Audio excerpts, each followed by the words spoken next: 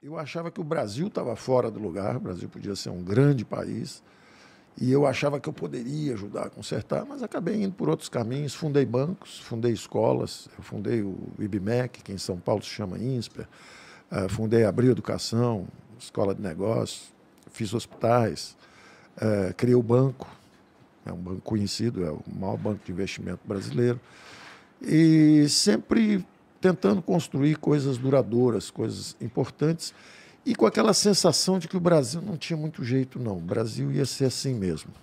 Entendeu? Crescimento medíocre.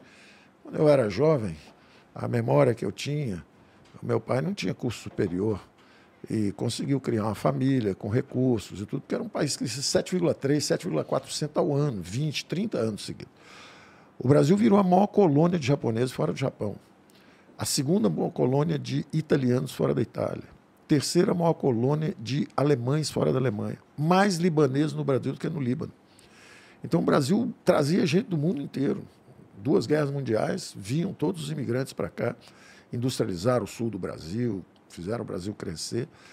E eu tinha essa lembrança de um país próspero. E o Brasil foi se enterrando. O modelo econômico perverso. O modelo econômico foi corrompendo a política, foi estagnando a economia.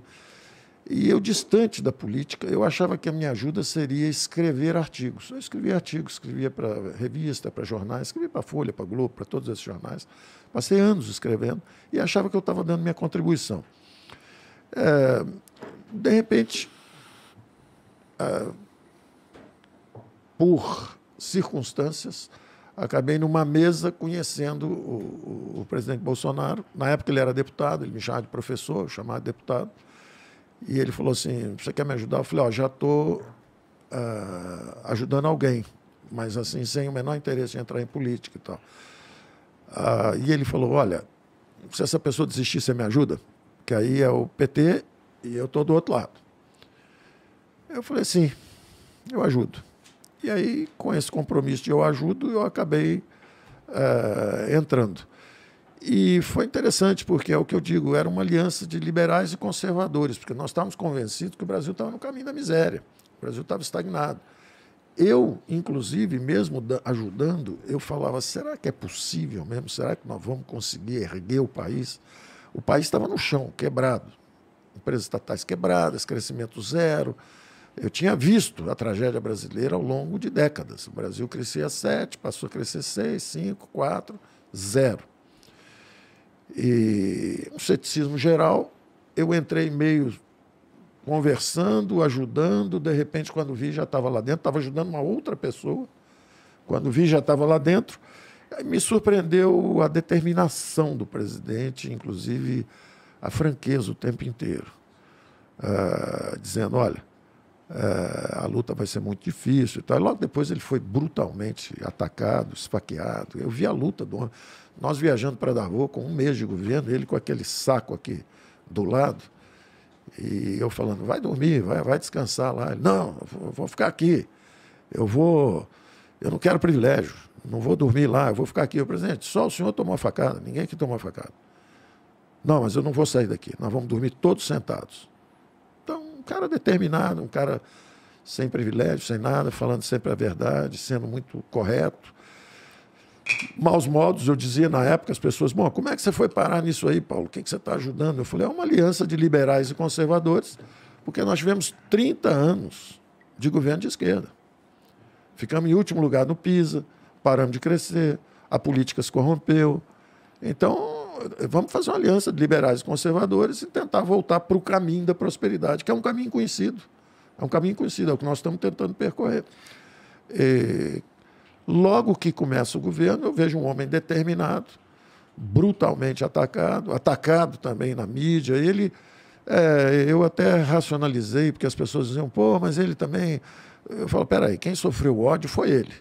Ele levou a facada. Então, que negócio é esse chamar, dizer que ele que está espalhando o ódio? Ele foi vítima do ódio, ele tomou a facada. Primeiro. E segundo, o seguinte, maus modos. O presidente tem maus modos, mas tem bons princípios, tem boas intenções, é como eu imagino. Então, logo no começo, nosso relacionamento inicial foi um olhar para o outro, ele confiou em mim para tocar a economia, e eu falei, bom, política eu não entendo muito, Vamos ver se ele cuida dessa parte. Então foi assim que nós acabamos começando a trabalhar juntos. Fizemos um primeiro ano com reformas, a coisa estava mais ou menos andando, começamos a levantar o Brasil estava no chão, nós começamos a levantar o Brasil.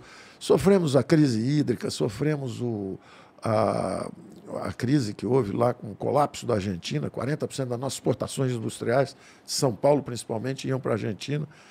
Ao mesmo tempo, aconteceu Brumadinho. Brumadinho nos tirou também 0,3, 0,4 de crescimento do PIB. Então, nós fomos atingidos por 2 ou 3 acidentes assim, econômicos fulminantes. E, mesmo assim, nós, no primeiro trimestre de 2020, o Brasil estava começando a decolar. Até agora, nós não tínhamos conseguido bater a arrecadação no início de 2020, que era sinal que a economia já estava começando a decolar. Nosso plano originário era crescer 1% no primeiro ano, fazia as reformas, 2% no segundo ano, ia acelerando, 3%, 3,5%, já estávamos o Brasil já no caminho da prosperidade, recuperando sua dinâmica de crescimento. Infelizmente, abateu-se sobre nós uma tragédia humanitária de proporções nunca vistas. Quer dizer, chegou o Covid. E o que mais me impressionou durante o Covid foi como as pessoas subiram em cadáveres para fazer política. Em vez de ajudar o Brasil, houve gente sabotando, atacando por trás, difamando, em vez de nos ajudar a fazer a coisa certa. Isso me impressionou muito, a falta de humanidade, a falta de solidariedade, a falta de fraternidade, disfarçada de vontade de ajudar, quer dizer, hipocritamente. O sujeito atacava, em vez de falar, olha, tentem isso, tentem aquilo. Quer dizer, chegou muita gente, sai daí, Paulo, sai daí, não fica ajudando, não. E eu falava, 200 milhões de pessoas dependem de nós lá fora, vocês vão fazer política numa hora dessa? O que vai acontecer? Se o Brasil afunda numa crise dessa, tremenda, o Brasil vira Venezuela, você acha que vai ser presidente de quê? O que você acha que vai sobrar do lado de lá?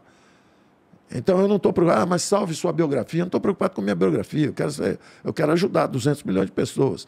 E se eu for avaliado, eu vou ser avaliado não pelos meus contemporâneos. Daqui a 4, 5 anos vão olhar para trás e ver o que nós fizemos durante essa pandemia.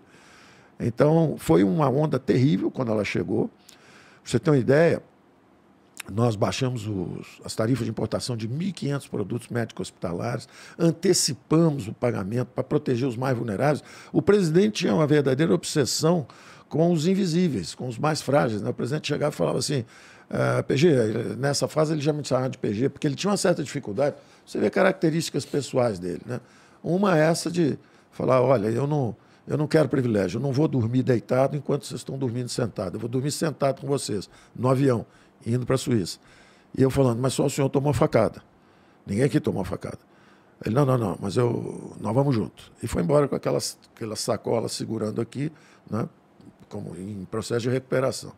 Depois a mesma coisa, durante a pandemia, ele chega e fala, bom, está muito bom para todo mundo aí, vocês ficam vendo Netflix em casa, todo mundo com estabilidade de emprego, todo mundo com salário acima da população, todo mundo com family office, né?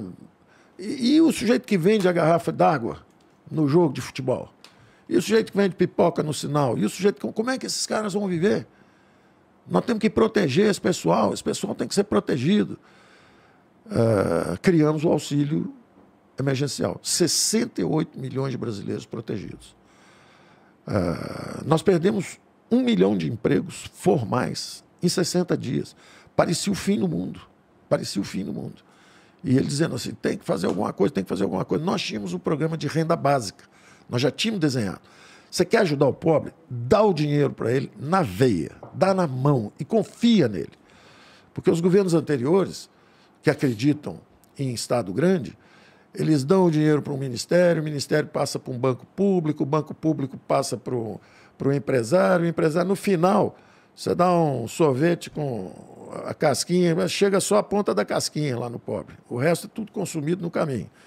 Então, nós já tínhamos essa ideia que nós tínhamos que dar a renda básica, na veia. Então, quando chegou o programa, nós botamos lá.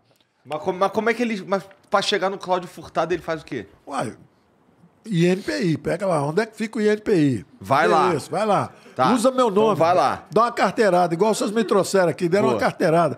Ô, presidente, manda aí o PG vir pra cá, pô, deram a carteirada, pô, lá vim eu correndo, sabia? Eu nem sabia que hora que ia ser, pô, tudo na carteirada, pô, vocês dão uma carteirada. O presidente tem esse crédito comigo. Tá. Então aí, ó. Fica esperto. Agora vão dar uma carteirada pra cima do Cláudio. Isso. E aí, Cláudia, tu vai ter que receber o moleque. Vai ter que receber o cara lá, o cara é engenheiro, pô. O Fernando